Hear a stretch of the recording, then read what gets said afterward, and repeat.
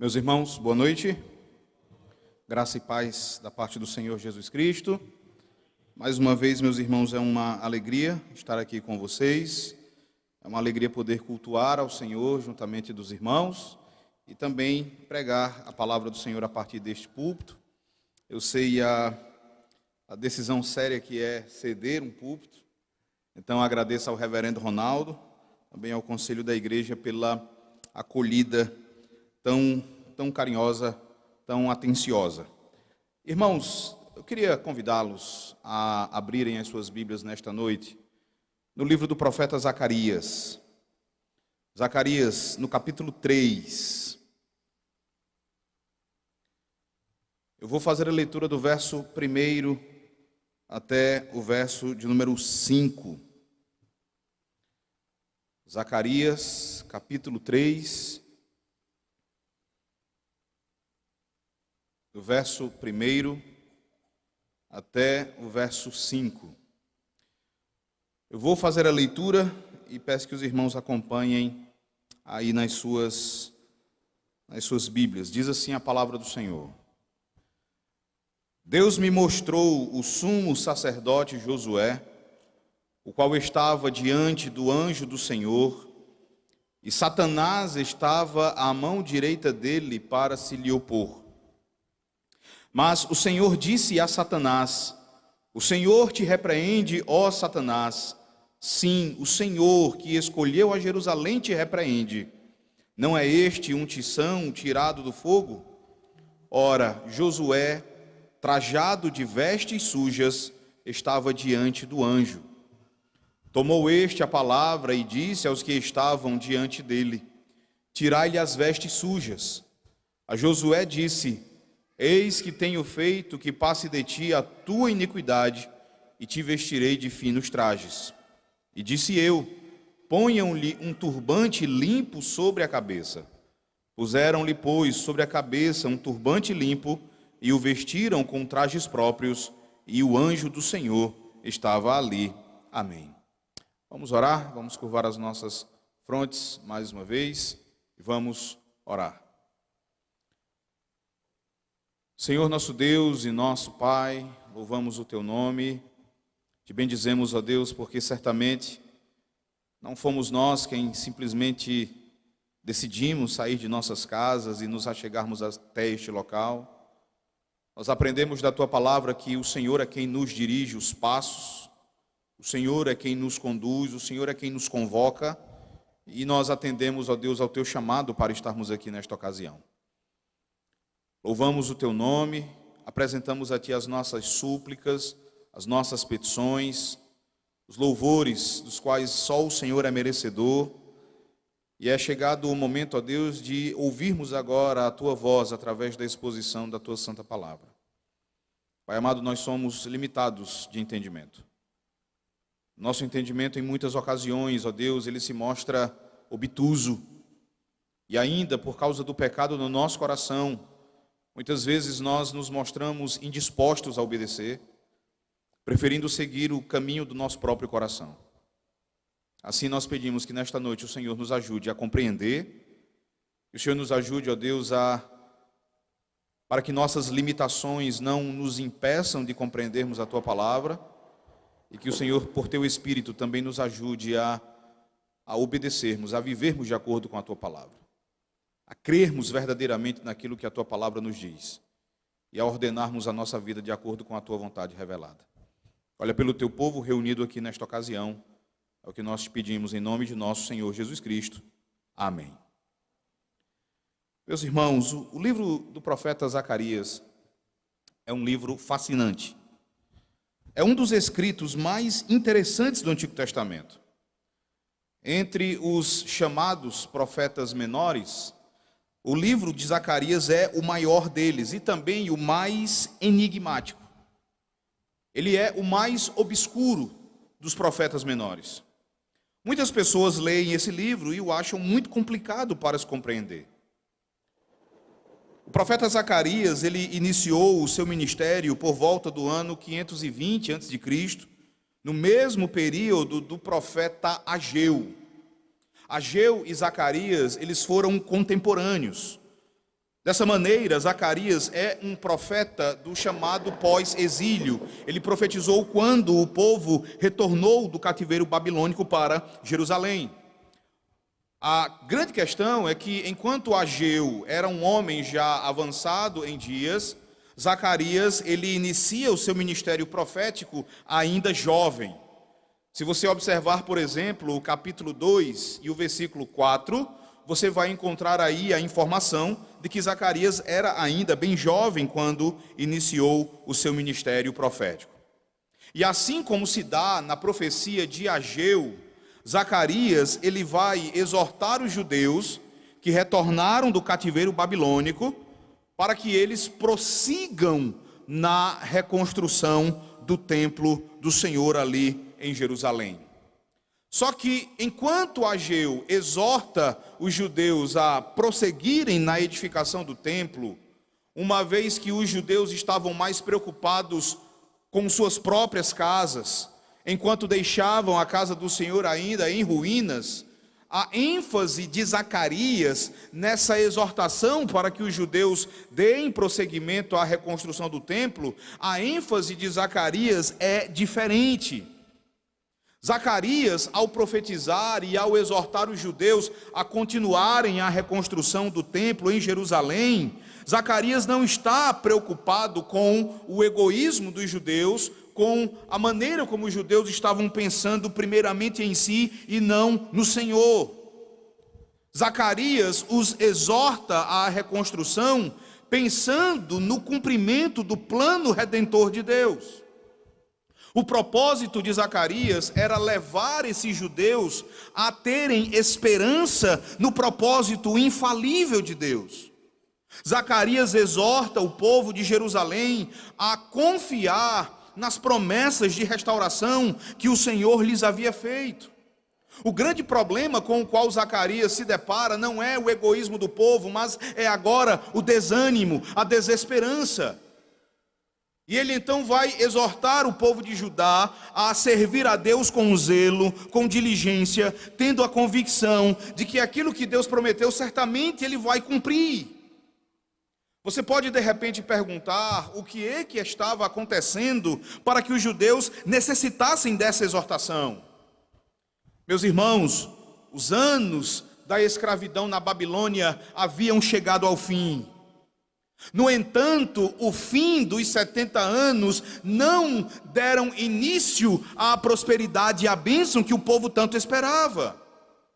Aqueles que retornaram da Babilônia para Jerusalém encararam, na realidade, oposição dos samaritanos. Observaram que a terra estava completamente devastada. Eles se depararam a trabalho duro e a grandes dificuldades. Certamente eles voltaram da Babilônia cheios de esperança, mas logo se viram esmagados pelas circunstâncias. E esmagados pelas circunstâncias, logo a esperança começou a falhar e a reconstrução do templo ficou ameaçada. Então foi por essa razão que Zacarias teve de exortar aquelas pessoas à perseverança. Eles deveriam confiar que Deus cumpriria o seu propósito redentivo. O livro de Zacarias possui uma estrutura bem simples de você compreender. Zacarias pode ser dividido em 3 partes. A primeira parte você pode observar aí na sua Bíblia. Ela vai do capítulo 1 até o capítulo 6. E nessa primeira parte você vai encontrar 8 visões proféticas que tem o propósito de encorajar o povo de Jerusalém. A segunda parte, ela envolve os capítulos 7 e 8. Esses 2 capítulos são 2 sermões que vão enfatizar o dever do povo de confiar na palavra do Senhor, sem desanimar, sem duvidar das promessas de Deus. A terceira e última parte, ela vai do capítulo 9 até o capítulo 14, e nesses capítulos, ou nesse longo trecho do livro de Zacarias, você vai encontrar 2 oráculos que vão anunciar a vinda do Filho de Deus, que vão anunciar a vinda do rei prometido, o pastor que seria rejeitado. O capítulo que nós lemos nesta ocasião, irmãos, o trecho que nós lemos no capítulo 3, do verso 1 até o verso 5, vai nos mostrar uma das várias visões que o Senhor Deus deu ao profeta Zacarias. Mais especificamente, aqui você tem a quinta visão, que vai funcionar, alguns comentaristas vão dizer, que essa visão do capítulo 3, ela vai funcionar como uma espécie de dobradiça que vai estruturar todo o livro. Nesse capítulo, Jesus vai ser apresentado como aquele que justifica o seu povo. Ele é apresentado aqui como aquele por meio de quem nós recebemos a justificação dos nossos pecados. E nós precisamos estar atentos, irmãos, a vários elementos simbólicos que vão aparecer nessa passagem. Outro detalhe é que aqui no capítulo 3, do verso 1 até o verso 5, a passagem vai ter como foco um personagem real, o sumo sacerdote Josué, que aqui na passagem vai funcionar como um tipo de Jesus, o grande sumo sacerdote, mas também funciona como aquele que é um pecador comum, alguém desesperadamente necessitado de justificação.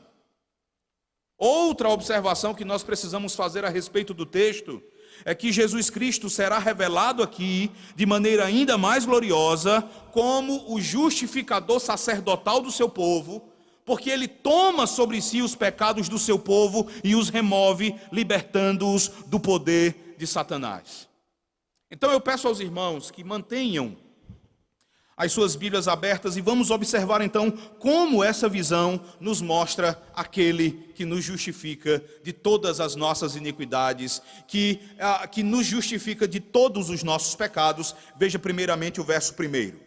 No verso 1 está escrito assim: Deus me mostrou o sumo sacerdote Josué, o qual estava diante do anjo do Senhor, e Satanás estava à mão direita dele para se lhe opor. Você vê logo de início que é bem fácil perceber que se trata de uma visão, pois o profeta Zacarias começa: e Deus me mostrou o sumo sacerdote Josué. Naquele período, Josué, ele era o sumo sacerdote. E como eu mencionei há pouco, Josué deve ser visto aqui tanto em sua própria pessoa, como também em sua função sacerdotal. Então, ele representa aqui aquele que é o sumo sacerdote, ou aquele que é o sumo sacerdote maior, o Senhor Jesus Cristo, mas ele também é aquele que representa os homens diante de Deus. O fato de nessa visão aparecer o sumo sacerdote, irmãos, aquele que representa o povo diante de Deus, já nos mostra de início que aqui Deus deseja tratar do pecado do seu povo. E nessa visão você tem a cena de um julgamento. Aqui você tem a cena de um tribunal. Nesse tribunal, Josué, e em Josué, todo o povo de Deus vão ser julgados. O veredito acerca de Josué vai ser o veredito acerca do povo. Nesse tribunal, observe que Josué está diante do anjo do Senhor.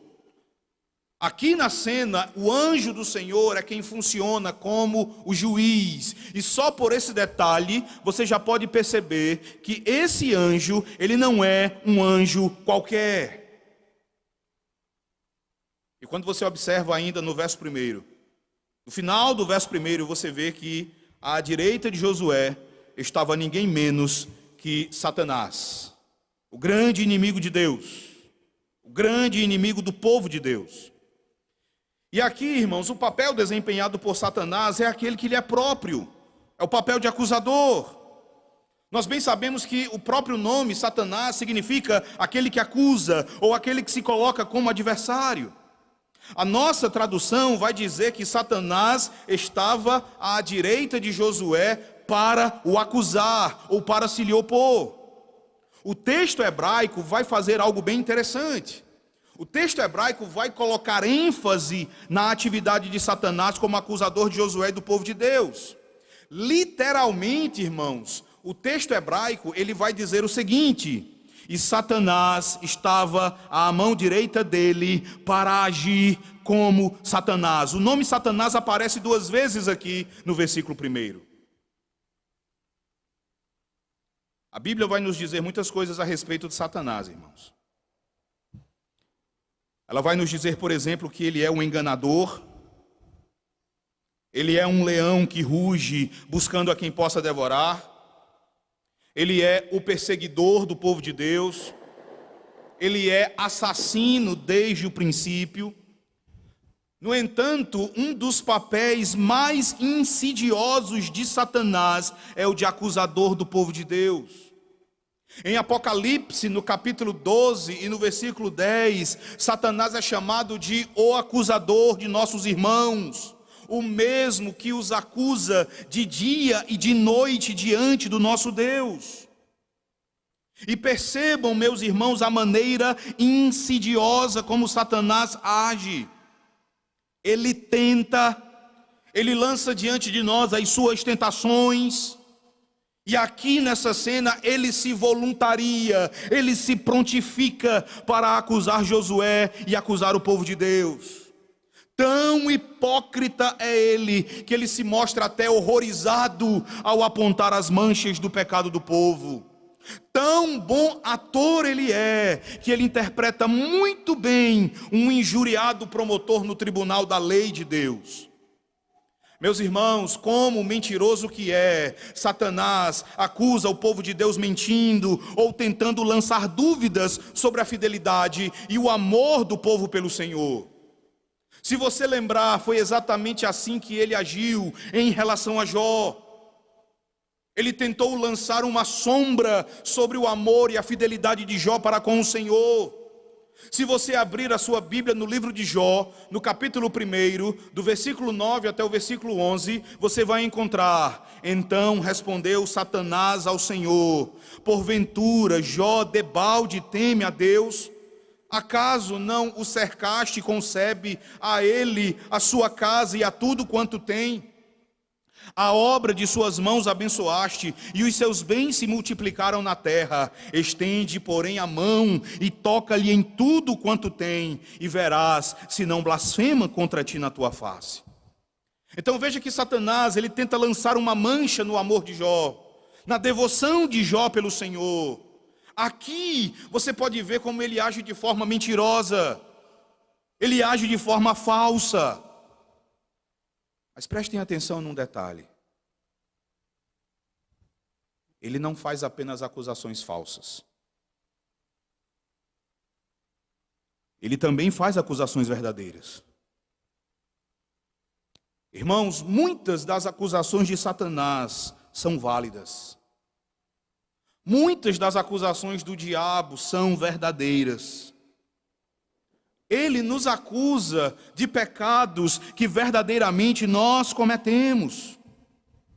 No caso aqui do livro do profeta Zacarias, no capítulo 3, no caso de Josué, você vai observar que Josué, de fato, ele estava diante do anjo do Senhor, veja o verso 3, com as suas vestes sujas. Essas vestes sujas, elas funcionam aqui como um símbolo do pecado. Um símbolo de como o pecado nos deixa imundos e sujos. Certamente, meus irmãos, havia muitos pecados dos quais Josué era culpado. Assim como ocorre com todos nós. O pastor Charles Spurgeon, ele faz uma declaração muito interessante sobre isso.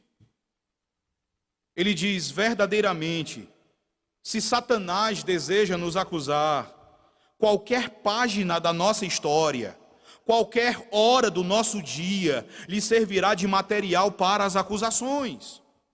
Ontem você foi impaciente. No dia anterior você se orgulhou. Outro dia você foi indolente. No outro iracundo. Spurgeon vai dizer: ó, que antro de aves imundas é o nosso coração. Se o velho acusador quer motivos para a acusação, ele realmente encontrará o quanto quiser e continuará a encontrar tanto quanto quiser, pois somos completamente imundos em nós mesmos. Muitas acusações de Satanás são acusações verdadeiras. Se você ainda olhar para o verso 1 do capítulo 3 de Zacarias, você vai perceber que a posição que Satanás ocupa na cena é uma posição indicativa de que o pleito dele contra Josué era verdadeiro. Ele está à mão direita. Lembre do Salmo 16, no verso 8. O Salmo 16, versículo 8 diz: o Senhor, tenho sempre à minha presença, estando Ele à minha direita, não serei abalado. Com o Senhor à nossa mão direita, nós não somos abalados, só que aqui não é o Senhor quem está à mão direita de Josué. É Satanás. A acusação, irmãos, é uma arma potente. Nós sabemos como a acusação tem um efeito paralisante. Nós sabemos como é quando uma acusação verdadeira é lançada diante da nossa face. Aqui nós só podemos imaginar o sumo sacerdote Josué, trêmulo, temendo diante do anjo do Senhor, tendo Satanás ao seu lado, à sua mão direita, pronto e disposto, completamente disposto para acusá-lo por todos os seus pecados. Mas você vai ver que algo maravilhoso ocorre aqui. Você vai ver que mesmo estando ali, à mão direita de Josué, pronto para lançar-lhe na face os seus pecados, Satanás não vai ter nem mesmo a oportunidade de falar. Ele é impedido de lançar qualquer acusação contra Josué. Veja o versículo 2. O versículo 2 diz: mas o Senhor disse a Satanás: o Senhor te repreende, ó Satanás. Sim, o Senhor que escolheu a Jerusalém te repreende. Não é este um tição tirado do fogo? Observem, meus irmãos, que antes mesmo de Satanás abrir a sua boca para acusar Josué, o anjo do Senhor toma a frente. Josué estava mudo. Ele não tinha nada a dizer em sua defesa. Ele não tinha nenhuma alegação para fazer. Mas outra pessoa toma a defesa de Josué e fala. Veja no início do verso 2, quando o versículo diz: mas o Senhor disse. Aqui você pode ter a certeza de que quem está falando é o anjo do Senhor. Observe que na visão de Zacarias existem como personagens o anjo do Senhor, Josué, Satanás, o próprio profeta Zacarias e outros que estavam ali diante do anjo do Senhor, mas que não são mencionados explicitamente. Então, quando o verso 2 diz que o Senhor falou, nós devemos entender que quem está falando aqui é o anjo do Senhor. Você vai observar então que há uma nítida identificação entre o anjo do Senhor e o próprio Senhor. O anjo que fala é o próprio Senhor. Todas as vezes que o Antigo Testamento fala desse anjo, meus irmãos, ele está falando da pessoa do Filho de Deus, se manifestando de maneira pré-encarnada. Aqui você não tem um anjo qualquer. Aqui você não tem um anjo comum. É interessante que os crentes do Antigo Testamento, sempre que eles se depararam a este anjo, eles sabiam que estavam diante do próprio Deus. Você pode lembrar do exemplo de Gideão, no livro de Juízes, quando Gideão se encontra com o anjo do Senhor e conversa com o anjo do Senhor. No capítulo 6 e no verso 22, Gideão, ele tem uma reação bem interessante. O capítulo 6 e verso 22 de Juízes diz: viu Gideão que era o anjo do Senhor e disse: ai de mim, Senhor Deus, pois vi o anjo do Senhor face a face. A reação de Gideão foi a mesma do profeta Isaías no capítulo 6. Ai de mim, eu estou perdido, os meus olhos viram o Rei, o Senhor dos Exércitos. Todos nós conhecemos também o episódio em que Deus falou com Moisés através da sarça que ardia, mas não se consumia. O que ocorre é que dificilmente nós paramos e atentamos para o fato de que quem falou com Moisés através da sarça ardente foi o anjo do Senhor. Em Êxodo, no capítulo 3 e no verso 2, está escrito: apareceu-lhe o anjo do Senhor numa chama de fogo, no meio de uma sarça. Moisés olhou, e eis que a sarça ardia no fogo, e a sarça não se consumia. Então, irmãos, o anjo do Senhor é o Filho de Deus, o Verbo pré-encarnado. E aqui em Zacarias 3, verso 2, ele é descrito como o Senhor. E você vê aqui que aquele que é o juiz, aquele que é o próprio juiz, ele toma a defesa de Josué. Olhe para o verso 2. O verso 2 diz: o Senhor disse a Satanás: o Senhor te repreende, ó Satanás. Sim, o Senhor que escolheu a Jerusalém te repreende. Não é este um tição tirado do fogo? Veja que aqui o Senhor, ele sai em defesa não apenas de Josué, mas ele sai em defesa de todo o seu povo. Veja quando ele diz: o Senhor que escolheu a Jerusalém.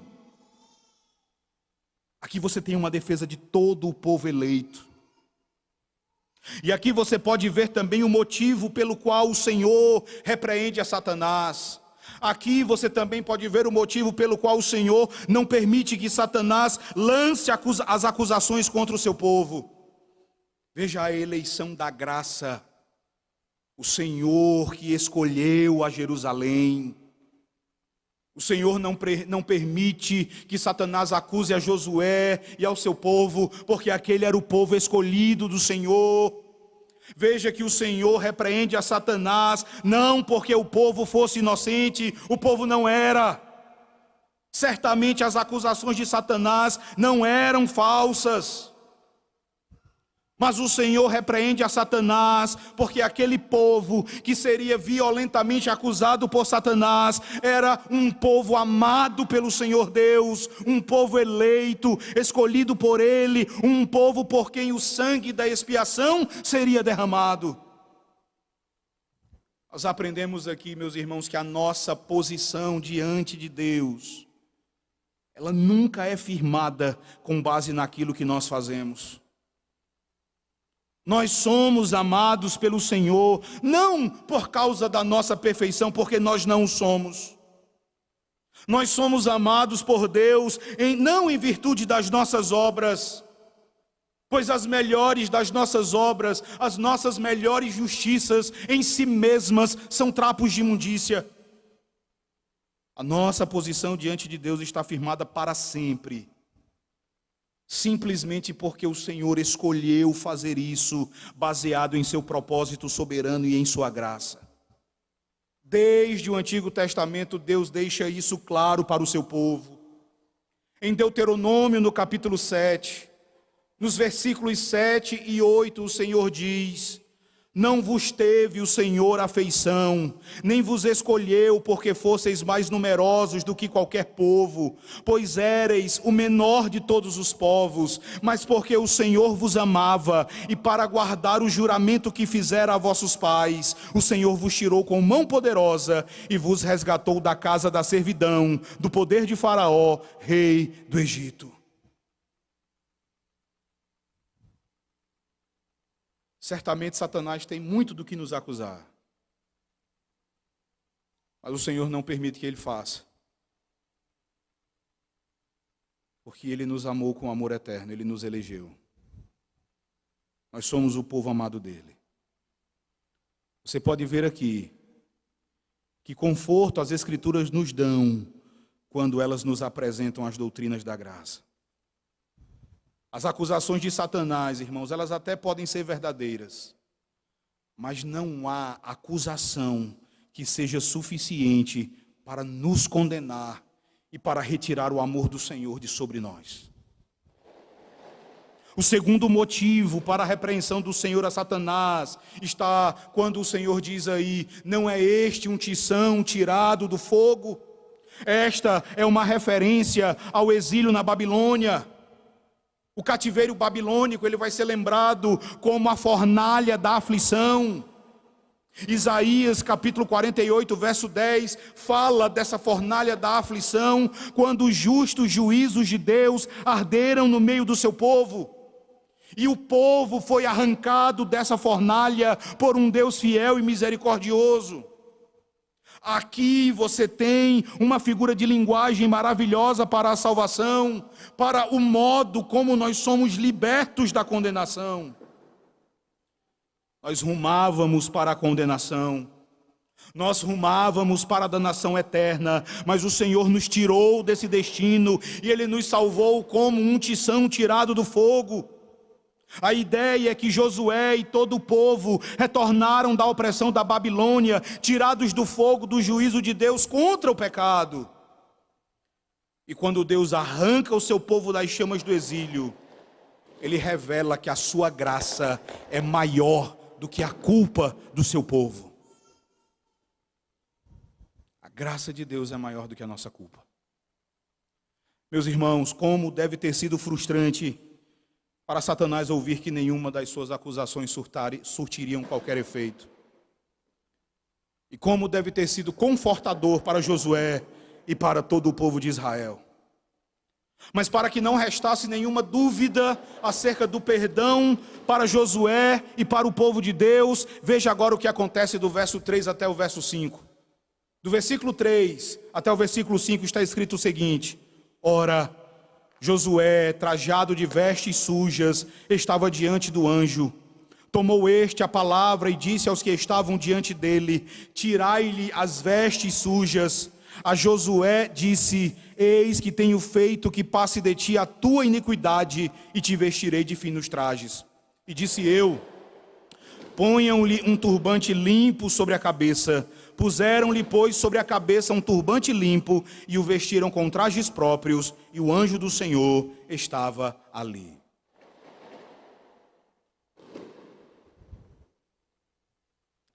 Esse verso 3, irmãos, ele é muito interessante. Veja no verso 3 que é dito que o sumo sacerdote estava vestido com roupas sujas. O primeiro detalhe que você deve ter em mente é que o sumo sacerdote, dentre todos, era aquele que deveria prezar pelas vestes mais alvas. Ele era aquele que deveria prezar pelas vestes mais limpas.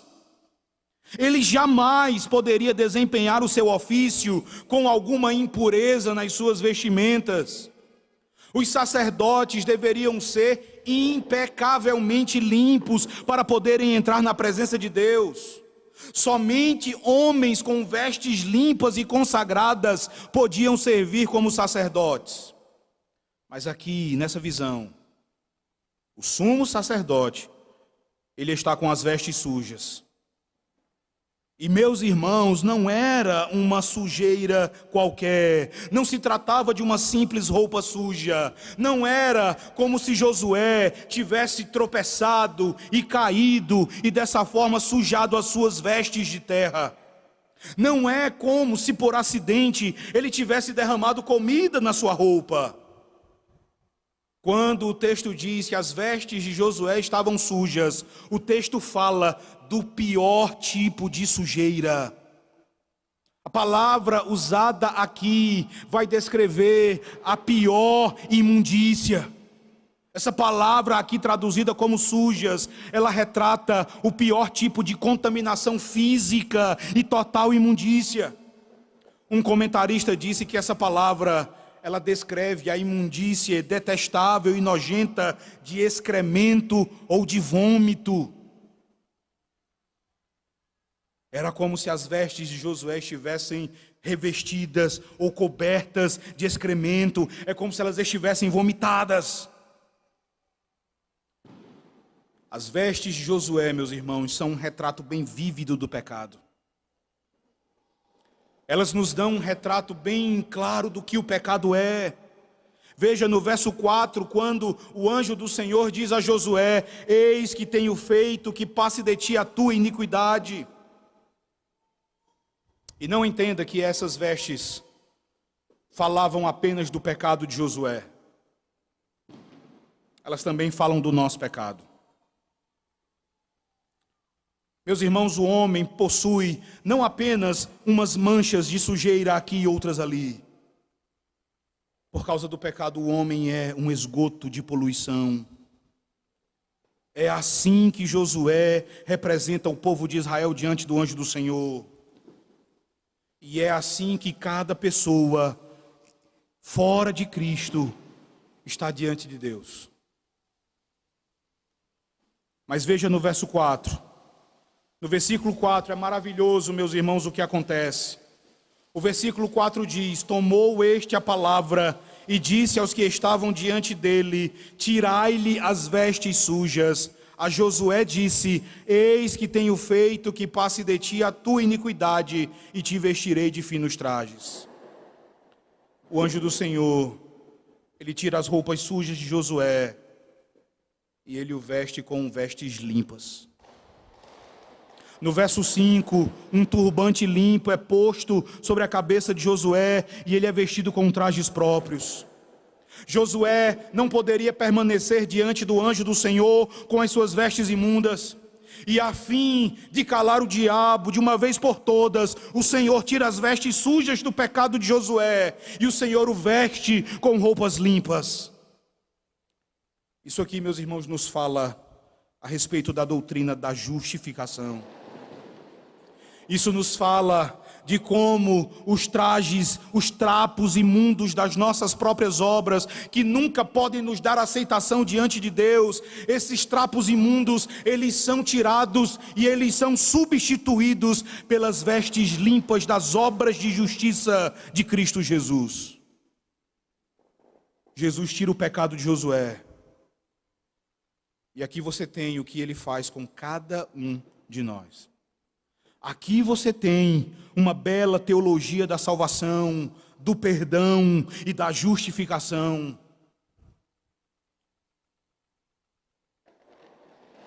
Aqui você é ensinado que o Senhor, ele nos despe das nossas imundícias, e ele nos reveste com a sua justiça. Ele nos justifica. Ele nos dá a sua justiça perfeita. E após nos justificar por seu Espírito, ele inicia o processo da santificação, pelo qual nós vamos sendo transformados de glória em glória, cada vez mais livres da contaminação do pecado em nossos corações. Você pode de repente perguntar: mas o que é que é feito das nossas vestes sujas? Ele tirou essas vestes sujas de cada um de nós, mas o que aconteceu com elas? Você não tem nenhuma afirmação nesse sentido aqui em Zacarias capítulo 3. Mas você pode lembrar daquilo que está escrito em 2 Coríntios, no capítulo 5 e no verso 21. Quando o apóstolo Paulo vai dizer: aquele que não conheceu pecado, ele o fez pecado por nós, para que nele fôssemos feitos justiça de Deus. Martinho Lutero chamou esse versículo de a doce troca. A doce troca pela qual Jesus tomou as nossas vestes encardidas e ele as colocou sobre si mesmo, recebendo em nosso lugar o castigo que os nossos pecados mereciam. Esta é a resposta definitiva de Jesus a todas as acusações de Satanás. E no texto de Zacarias capítulo 3, meus irmãos, nós vemos isso sendo realizado em benefício de Josué e em benefício de todo o povo de Deus. No versículo 5, o profeta Zacarias, ele se intromete, por assim dizer, agora na visão. E quando ele vê que Josué foi vestido com trajes limpos, ele percebe que falta algo, falta o turbante que deveria ficar sobre a cabeça do sumo sacerdote.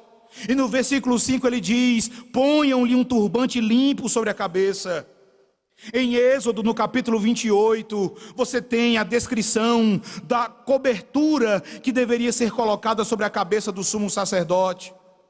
Esse turbante, meus irmãos, ele proclamava que o sumo sacerdote, ele podia oficiar diante do Senhor no tabernáculo e posteriormente no templo. Aqui você vê Josué recebendo o perdão pelos seus pecados e sendo restituído ao seu ofício. Aqui você vê que o perdão concedido é a base para o seu serviço santo ao Senhor. Para que Josué pudesse se apresentar diante do Senhor e continuar a servi-lo no templo, era necessário que ele fosse santo. Nesse turbante, se você abrir a sua Bíblia em Êxodo no capítulo 28, do verso 36 ao verso 38, nesse turbante deveria estar escrito santidade ao Senhor. Para que Josué pudesse servi-lo, ele deveria ser santo. E é assim com cada um de nós. É assim com cada pessoa que recebe o perdão dos pecados e a justificação. Se nós fomos perdoados, nós também fomos chamados a servir a Deus e fomos chamados a andar em novidade de vida. Eu paro aqui no versículo 5, meus irmãos. E eu gostaria de pensar em 3 aplicações daquilo que esse texto maravilhoso nos diz. A primeira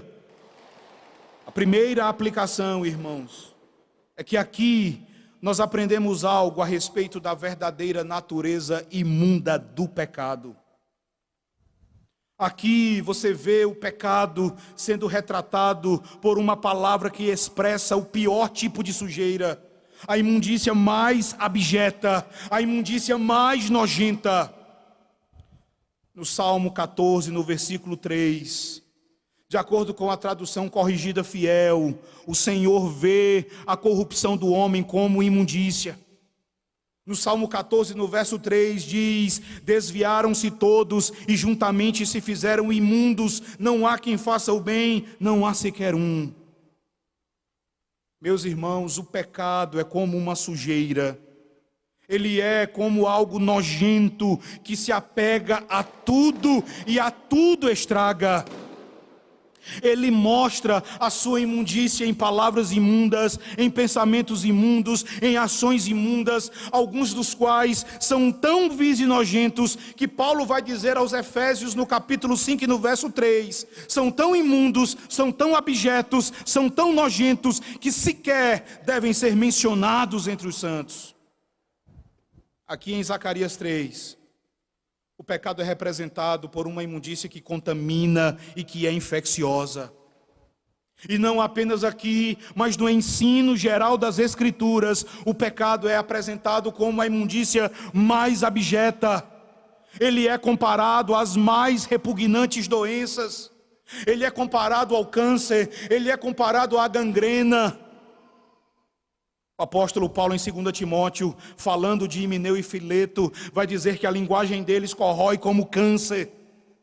O pecado é como um câncer.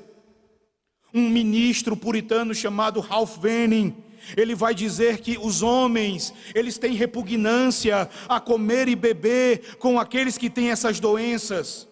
E o pecado é comparado à podridão, o pecado é comparado à imundícia e corrupção da doença mais infecciosa, tão suja, tão podre, que ninguém a tocaria nem com um par de pinças. E a Bíblia compara o pecado não apenas a enfermidades repugnantes, mas também a outras coisas ainda mais imundas.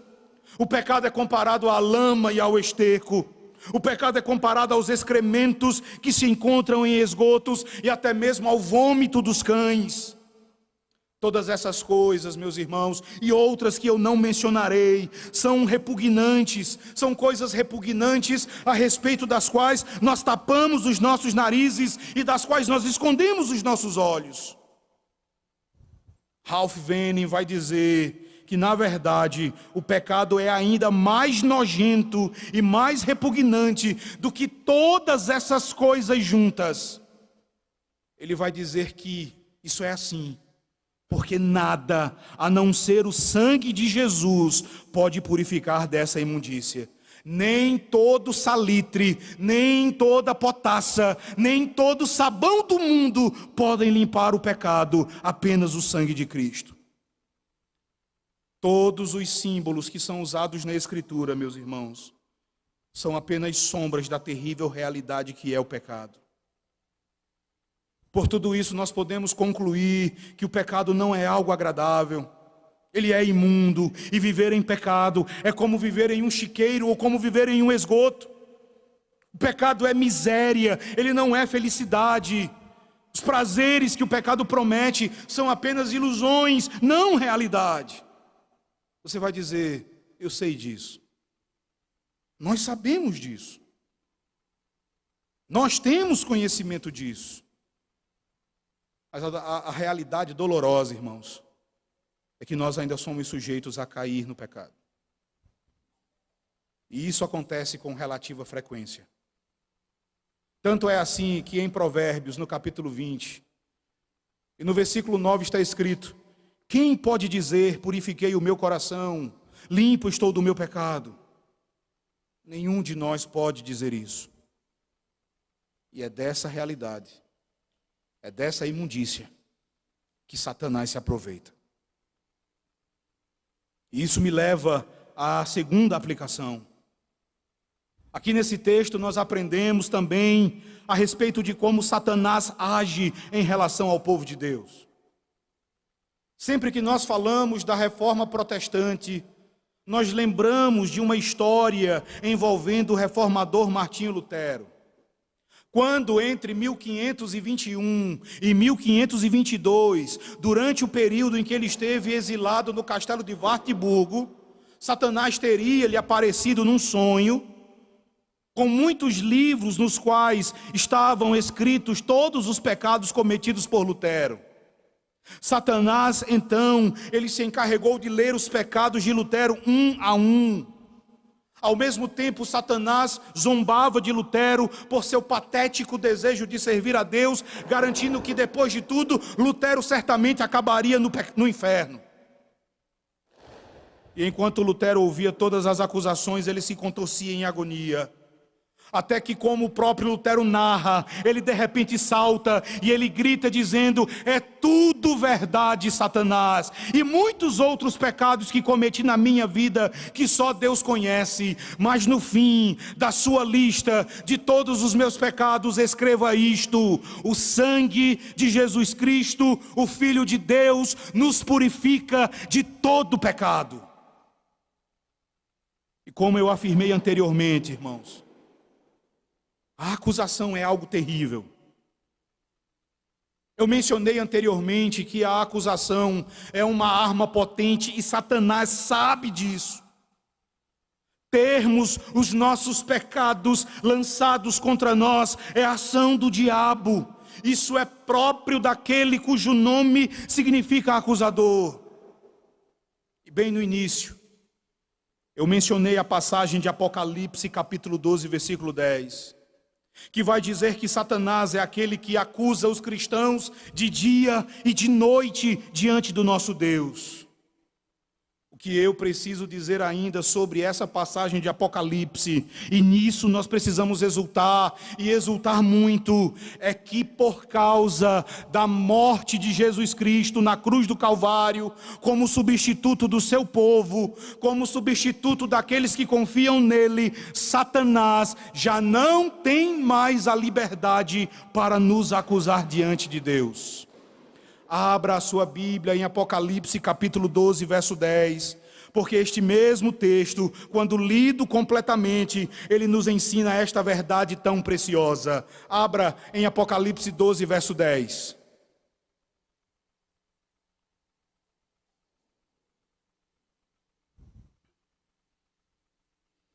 Apocalipse 12, verso 10 diz assim: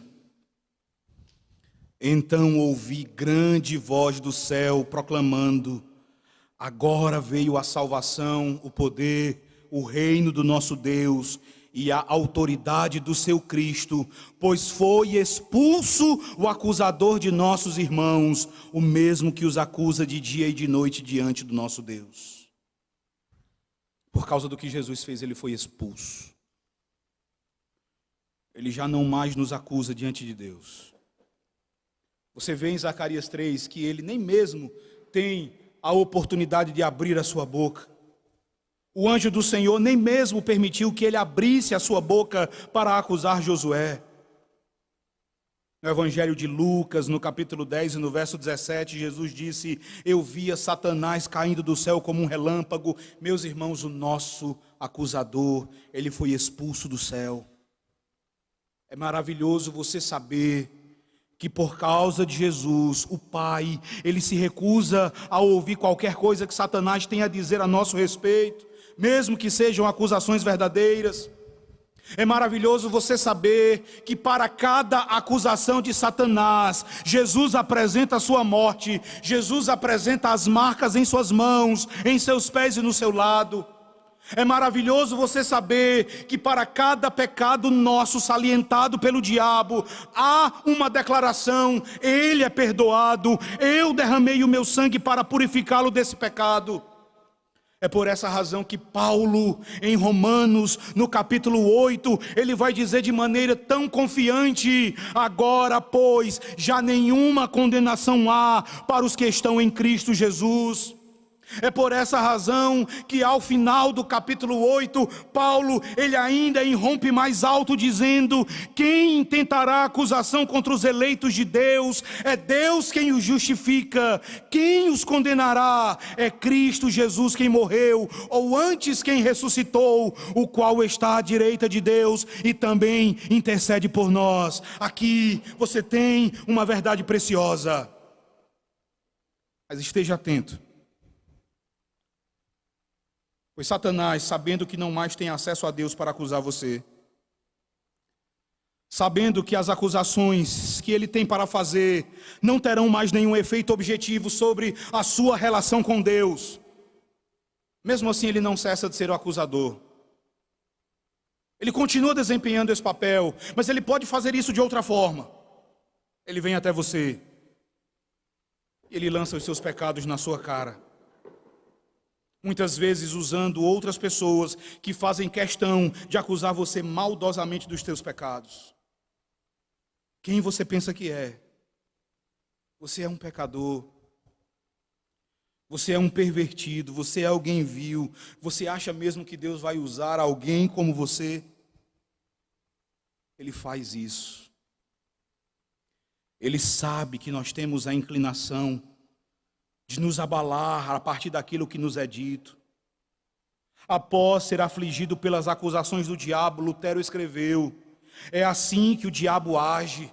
Ele enaltece demais e aumenta o pecado do indivíduo e faz o juízo de Deus parecer horrível.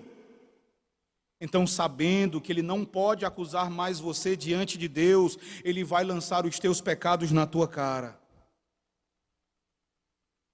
O conselho que eu dou a você é que quando isso acontecer, faça o que Jesus fez quando foi tentado pelo diabo. Lembre que para cada tentação de Satanás, Jesus tinha uma passagem da Escritura. De igual modo, para cada acusação do diabo, diga: o sangue de Jesus, seu Filho, me purifica de todo pecado. Ou ainda que os meus pecados sejam como a escarlata, eles se tornarão branco como a neve. Ainda que os meus pecados sejam vermelhos como o carmesim, eles se tornarão como a lã. Isso nos leva à terceira aplicação. Aqui você aprende a respeito da perfeição do teu Redentor. Aqui você aprende a respeito da perfeição do Senhor Jesus Cristo, o Filho de Deus, o anjo do Senhor, o anjo da aliança. Meus irmãos, o que nós podemos dizer do nosso amado Jesus, que de maneira tão graciosa cuida de nós, não permitindo que Satanás lance suas acusações contra nós? E o mais impressionante, queridos irmãos, é que Jesus, ele não é como alguns pais e mães que se recusam a ouvir a respeito dos pecados dos seus filhos, simplesmente porque não admitem ouvir nada de negativo a respeito deles, achando que seus filhos são perfeitos. Há pais que concebem uma imagem distorcida dos seus filhos, que não admitem que os seus filhos são pecadores, que não admitem que os seus filhos são transgressores da lei de Deus. Jesus não tem essa visão a nosso respeito. Ele sabe quem nós somos. Nós não conseguimos esconder nada dele. Ele bem sabe que nós somos pecadores. Ele bem sabe que em nós mesmos nós somos maus. Ele bem sabe que o nosso coração é inclinado a seguir o pecado. Mas, meus irmãos, a grande maravilha do Evangelho é que o Senhor Jesus, Ele nos defende, Ele não permite que Satanás nos acuse, não porque Ele negue a realidade a nosso respeito, mas porque Ele assumiu a culpa por cada um dos nossos muitos pecados. Ele os carregou sobre os seus ombros. Ele foi esmagado pelos nossos pecados. E Ele expiou cada um deles. Ele ofereceu um pagamento perfeito por cada um deles. Ele vestiu os nossos trajes imundos. Ele foi humilhado. E em troca, Ele nos deu as suas vestes finas. Ele nos deu os seus trajes brancos mais alvos que a neve. Em troca, Ele nos deu a sua justiça. E Ele declara que nós não devemos mais nada à lei. Tudo foi pago, tudo foi quitado, nós fomos purificados pelo seu sangue. Jesus nos defende, não por negar quem nós somos, mas por assumir o nosso castigo, sofrer em nosso lugar e nos dar a sua justiça perfeita, pela qual o Pai nos declara justos. É por causa de Jesus que o Pai, Ele não mais nos enxerga como imundos. É por causa de Jesus que o Pai agora nos considera como cumpridores da sua aliança. É por causa de Jesus que agora o Santo Espírito que habita em nós, Ele trabalha em nós para que a realidade da nossa vida se adeque ao nosso status no tribunal de Deus.